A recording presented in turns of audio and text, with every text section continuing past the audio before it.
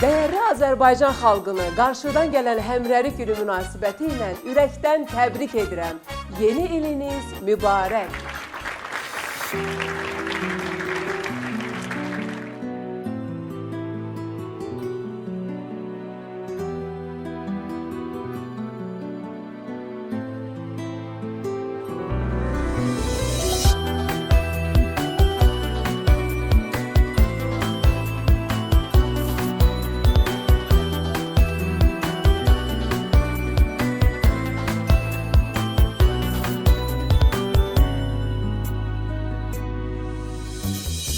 Seni her zaman sevdim, sadık oldum sevgime.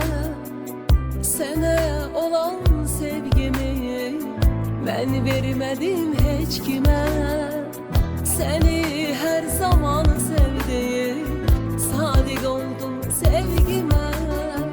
Sana olan sevgimi ben vermedim hiç kime. Sen benim zinetim, yüreğim mehebbetim, dünyadaki cennetim, özümle sevdim seni.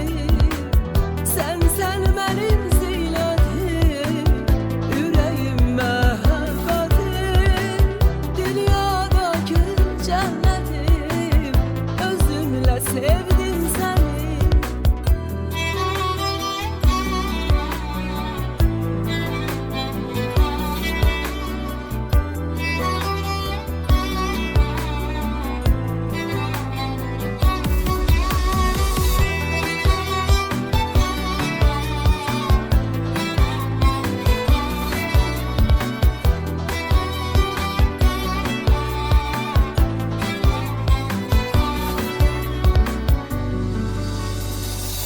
Hayatımın mənası sensiz ömür sürmərəm.